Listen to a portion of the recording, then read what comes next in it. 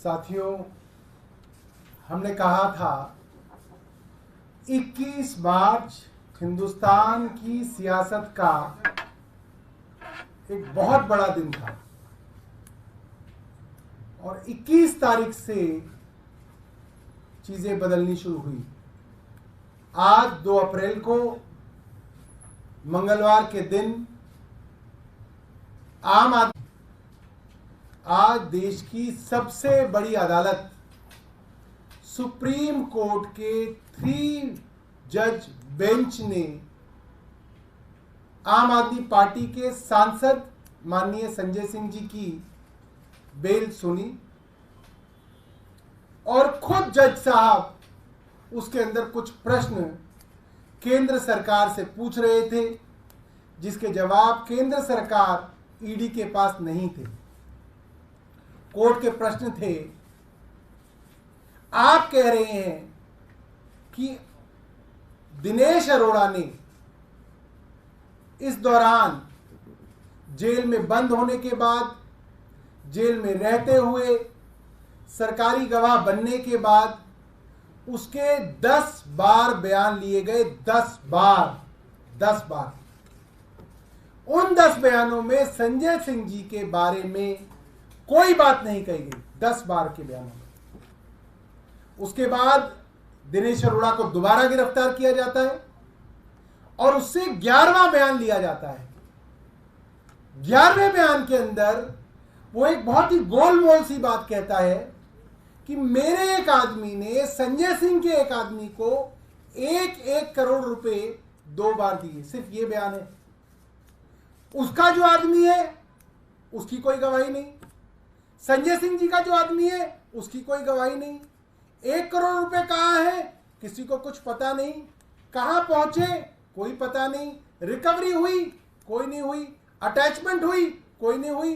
सिर्फ एक आदमी का बयान, एक आदमी का बयान जो 10 बार बयान दे चुका है और संजय सिंह जी के बारे में कुछ नहीं कहता, उसके ऊपर दबाव डाल के 11वां बयान कर लो और आप राज्यसभा का वो सांसद उठा लो जो केंद्र सरकार से सवाल पूछता है एक आदमी के बयान पे। इसका जवाब केंद्र सरकार के पास नहीं था। सुप्रीम कोर्ट का दूसरा सवाल था, क्या कोई पैसा रिकवर हुआ है, क्या कोई पैसा अटैच किया गया है? जब कोई पैसा रिकवर ही नहीं हुआ, अटैच ही नहीं हुआ, तो पीएमएलए कैसे लगा है? इसका कोई जवाब ईडी के पास नहीं था, केंद्र सरकार के पास नहीं था। अंततः सुप्रीम कोर्ट ने यह कहा कि यह कैसे मान लिया जाए कि एक गवाह ने 11 बयान दिए, उसमें से 10 आप कूड़े के कचरे के डब्बे में डाल दोगे और एक बयान आप जो उन्होंने संजय सिंह के खिलाफ दिया उसको आप दे दोगे कोर्ट में। ये कैसे फैसला कर सकते हैं आप? बाकी 10 बयान आपने रिकॉर्ड पे क्यों नहीं डाले हैं? इसका जवाब कुछ केंद्र सरकार के पास नहीं था। ये ठीक वही बात है जो मुख्यमंत्री जी ने राउज एवेन्यू कोर्ट में बोली कि एक आदमी से 7 बार बयान लिए गए हैं। 6 बार उसने कुछ नहीं बोला, आपने उनके बच्चों को जेल में डाल दिया, 6 महीने जेल में सड़ाया, फिर आपने मेरे खिलाफ बयान ले लिया, उस बयान पे आपने गिरफ्तार कर लिया। ठीक वैसी ही बात आज सुप्रीम कोर्ट ने पूछी, जिसके बारे में कोई जवाब केंद्र सरकार के पास नहीं था। और सुप्रीम कोर्ट ने लंच आते आते ईडी को यह कहा, अगर आप कोई इंस्ट्रक्शन लाते हैं तो लेके आइए, वरना हम इनको रिहा करेंगे और रिहाई में जो हम जजमेंट लिखेंगे वो आपके पूरे केस को तहस नहस कर देगा, उसके रिपरकशंस होंगे। और डर के ईडी के पास कोई रास्ता नहीं बचा, बजाय इसके कि संजय सिंह जी को बेल मिल सके। और एक फाइनल बात मैं आपको बता दूं कि जो सेक्शन 45 है पीएमएलए का, जिसकी वजह से अक्सर बेल नहीं मिलती, वो इतना कठिन और क्रूर सेक्शन है। वो सेक्शन में आपको अगर पढ़ के बताऊंगा तो उसके अंदर ये है, the court should be satisfied that the accused is not guilty of the offence. ये ट्विन कंडीशन है। और अगर कोर्ट इसमें जमानत दे रहा है तो इसका मतलब ये है कि कोर्ट को ये लगता है कि संजय सिंह जी बेगुनाह हैं। और ये कोई छोटा मोटा कोर्ट नहीं है, देश की सबसे बड़ी अदालत है जो संजय सिंह जी को आज बेल दे रही है। मुझे लगता है कि आज पूरे देश की लोकतंत्र के लिए एक बहुत बड़ा दिन है, बहुत खुशी का दिन है, बहुत उम्मीद का दिन है कि शायद कुछ लोग अब जेल से बाहर निकल के इस देश के लोकतंत्र को बचा लें। मैं आतिशी जी से कहूंगा कि वो अपनी बात रखें।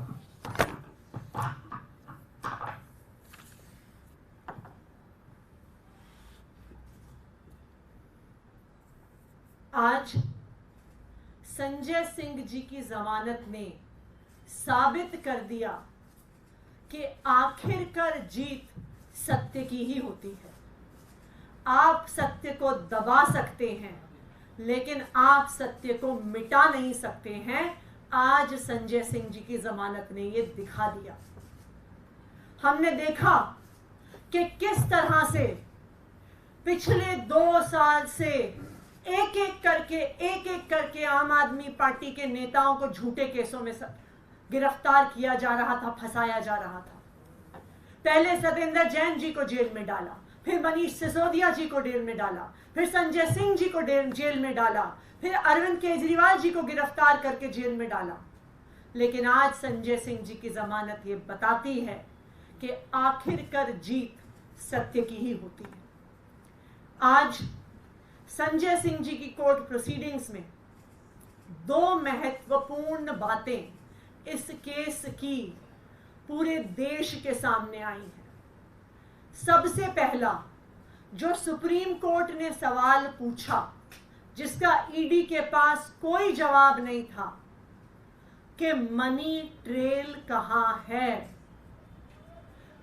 आज इस इन्वेस्टिगेशन को होते हुए 2 साल हो गए। ईडी ने, सीबीआई ने 500 से ज्यादा अफसर लगाए इस केस की इन्वेस्टिगेशन में, लेकिन 2 साल में भी आम आदमी पार्टी के किसी नेता के पास 1 रुपया भी प्रोसीड्स ऑफ क्राइम का नहीं मिला। तो आज जब कोर्ट में पूछा गया कि पैसा कहां है, मनी ट्रेल कहां है, प्रोसीड्स ऑफ क्राइम कहां है, तो ईडी का कोई जवाब नहीं था इस सवाल को लेकर। दूसरी महत्वपूर्ण चीज, जो ईडी का सारा केस है जिसके तहत संजय सिंह जी को गिरफ्तार किया, मनीष सिसोदिया जी को गिरफ्तार किया, दिल्ली के मुख्यमंत्री अरविंद केजरीवाल जी को गिरफ्तार किया, सिर्फ और सिर्फ अप्रूवर्स के बयान के आधार पर है। ऐसे अप्रूवर्स जिन्होंने 1 बार, 2 बार, 3 बार, 4 बार पहले बयान दिए जिसमें आम आदमी पार्टी के किसी नेता के खिलाफ कोई एलिगेशन नहीं था, लेकिन उन पे दबाव बनाया गया, उनको धमकाया गया, उनको जेल में डाला गया जब तक उन्होंने आम आदमी पार्टी के नेताओं के खिलाफ गवाही नहीं दी। और जैसे ही वो आम आदमी पार्टी के नेताओं के खिलाफ गवाही देते हैं, गवाहियां बंद हो जाती हैं, स्टेटमेंट्स बंद हो जाते हैं, इन अप्रूवर्स को बेल मिल जाती है, जेल से बाहर आ जाते हैं। जैसे दिल्ली के मुख्यमंत्री अरविंद केजरीवाल जी ने राउज एवेन्यू कोर्ट में बताया था कि शरत रेड्डी, उसने 11 बयान दिए और दिल्ली के मुख्यमंत्री अरविंद केजरीवाल जी के खिलाफ कुछ नहीं बोला, लेकिन उस पर दबाव बनाते रहे, उसको महीनों तक जेल में रखा। जब आखिरकार टूट कर, हार कर उसने अरविंद केजरीवाल जी के खिलाफ बयान दे दिया तो उसको तुरंत बेल मिल गई। राघव मगुंटा रेड्डी, उसने 6 बयान दिए जिसमें उसने अरविंद केजरीवाल के खिलाफ कुछ नहीं बोला, लेकिन उसे गिरफ्तार किया, उसे 6 महीने जेल में रखा। जब वो टूट गया, उससे 7वां बयान अरविंद केजरीवाल के खिलाफ लिया, उसके बाद कोई बयान नहीं हुआ। उसके बाद राघव मगुंटा को बेल मिल गई। राघव मगुंटा के फादर मगुंटा श्रीनिवासलू रेड्डी, उन्होंने 2 बयान दिए जिसमें अरविंद केजरीवाल का नाम नहीं लिया, लेकिन जब 6 महीने तक बेटा जेल में रहा तो वो पिता उसके टूट गए और उन्होंने अरविंद केजरीवाल के खिलाफ बयान दे दिया। बेटे को बेल मिल गई, उसके बाद कोई बयान नहीं हुआ। उसी तरह से आज संजय सिंह जी के केस में दिनेश अरोड़ा के बयान के बारे में कई सवाल उठे। सुप्रीम कोर्ट ने भी ईडी से पूछा कि 10 बयान दिनेश अरोड़ा ने दिए जिसमें उसने संजय सिंह के खिलाफ कुछ नहीं बोला। फिर एक 11वां बयान हुआ जिसमें जब वो संजय सिंह के खिलाफ बयान देते हैं तो उसके बाद बयान होने बंद हो जाते हैं। तो आज सुप्रीम कोर्ट के सामने ईडी का पर्दाफाश हो गया जब उनसे पूछा गया कि पहले 10 बयान आपने सामने क्यों नहीं रखे। 11वें बयान में ऐसा क्या था कि आपने सिर्फ एक बयान मांगा, उसके बाद आपने बयान क्यों नहीं लिए। तो आज ये पूरे देश को पता चल गया कि ये तथाकथित शराब घोटाला सिर्फ और सिर्फ अप्रूवर्स के, सरकारी गवाहों के दबाव पूर्वक लिए गए झूठे बयानों के आधार पर खड़ा हुआ है। आज जो ईडी का पर्दाफाश हुआ है पूरे देश के सामने, अब हम ये उम्मीद करते हैं कि इस केस में जो एक मनी ट्रेल है उसको अब ईडी इन्वेस्टिगेट करेगी, उसकी जांच करेगी। जो शराब कारोबारी शरद चंद्र रेड्डी ने 55 करोड़ रुपया भारतीय जनता पार्टी को दिया, जो इस केस की इकलौती एस्टैब्लिश्ड मनी ट्रेल है, उसकी ईडी जांच करेगी। उसमें ईडी अपनी एफआईआर फाइल करेगी, भारतीय जनता पार्टी को आरोपी बनाएगी और भारतीय जनता पार्टी के राष्ट्रीय अध्यक्ष को गिरफ्तार करेगी और उनसे पूछताछ करेगी। क्योंकि मनी ट्रेल अगर इस पूरे केस में कोई है तो वो शराब कारोबारी शरद रेड्डी से भारतीय जनता पार्टी तक है। अब मैं माइक जैस्मिन जी को दूंगी कि वो अपनी बात रखें।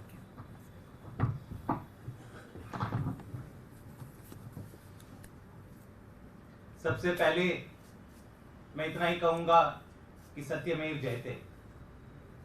आज केवल आम आदमी पार्टी के लिए नहीं, देश के हर एक देशभक्त के लिए, जिसको सच में विश्वास है, जिसको भारत के संविधान में विश्वास है, उसकी आज जीत हुई।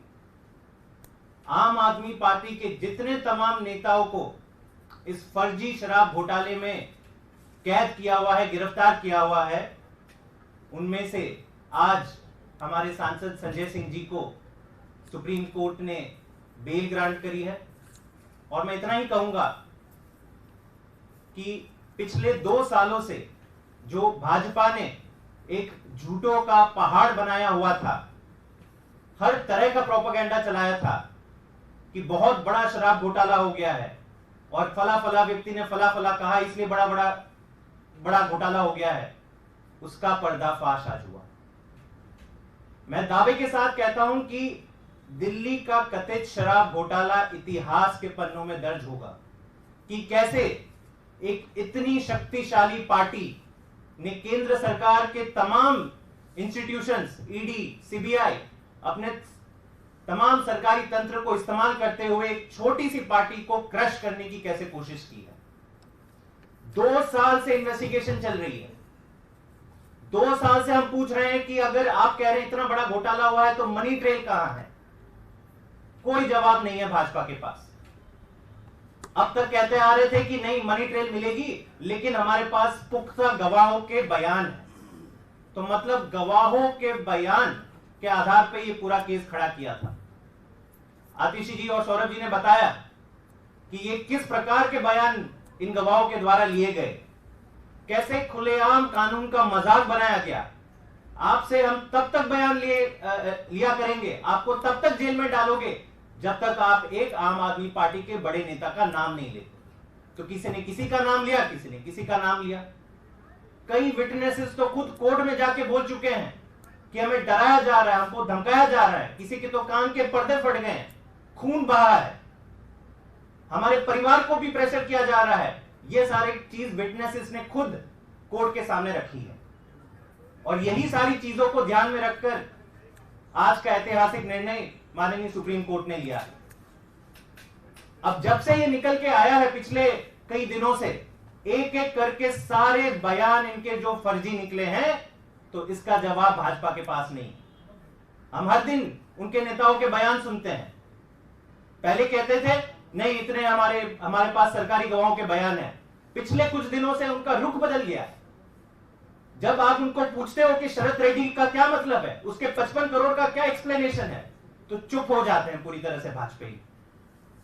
जब हम पूछते हैं कि मगुंटा रेड्डी, जिनके बयान पे आपने अरविंद केजरीवाल जी को अंदर कर दिया, उसको एनडीए का टिकट कैसे दे दिया, वो मोदी जी का पोस्टर लगा के प्रचार कर रहे हैं लोकसभा चुनाव में, और उनके बयान के आधार पर आपने एक सिटिंग मुख्यमंत्री को अंदर बंद कर दिया, तो चुप हो जाते हैं भाजपा। जवाब केवल एक आता है, अरे भाई साहब ये सारे तर्क देने हैं तो कोर्ट में दीजिए ना, कोर्ट से आपको बेल क्यों नहीं मिल रही। मतलब जवाब कुछ नहीं है उनके पास, केवल ये कहते हैं कि नहीं कोर्ट से बेल नहीं मिली, मतलब आप लोग दोषी हो। आज जब ये सारी सुनवाई सुप्रीम कोर्ट में हुई और आज जो डिसीजन आया, मेरे ख्याल से आज भाजपा को, देश को जवाब देना चाहिए कि क्या मजाक बना दिया है आपने पूरे देश का, देश के कानूनी व्यवस्था का। पूरा का पूरा फर्जी केस आपने एक पार्टी के तमाम शीर्ष नेतृत्व को अंदर बंद कर दिया, उल्टा धमकी दे रहे हैं। आतिशी जी को धमकी आई है, सौरभ भारद्वाज जी को धमकी आई है, दुर्गेश पाठक, राघव चड्ढा कह रहे हैं कि अब दूसरी और तीसरी पंक्ति के नेताओं को भी जेल में डाल देंगे। गजब की तानाशाही है। मेरे ख्याल से आज देश की जनता, देश के हर एक देशभक्त को गर्व होना चाहिए कि भारत की कानून व्यवस्था और संविधान ने सच का साथ रखा है। और कुछ ही दिनों की बात है कि ये पूरा का पूरा जो मैं कह रहा हूं कि झूठों का पहाड़ बना है, वो पूरी तरह से बिखर जाएगा। एक बात मैं अपने भारतीय जनता पार्टी के मित्रों के लिए कहना चाहता हूं। आप सब इस चीज को देखेंगे, इसलिए मैं आपको आगाह कर रहा हूं। अब तक भारतीय जनता पार्टी के लोग ये कहते थे बेल नहीं मिल रही, इसका मतलब जरूर कुछ किया वरना बेल मिल जाती, यही कह रहे थे ना। अब वो ये कहेंगे अरे बेल ही तो मिली है, इसका मतलब ये कोई ना कि कुछ नहीं किया है। ये फर्क आपको आज से दिखेगा, क्योंकि चिट भी हमारी, पट भी हमारी, और सिक्का मोदी जी का, ये उनका मानना है। तो ये फर्क जो है आज आपको ट्विटर पे, व्हाट्सएप, फेसबुक पे दिखना लगेगा।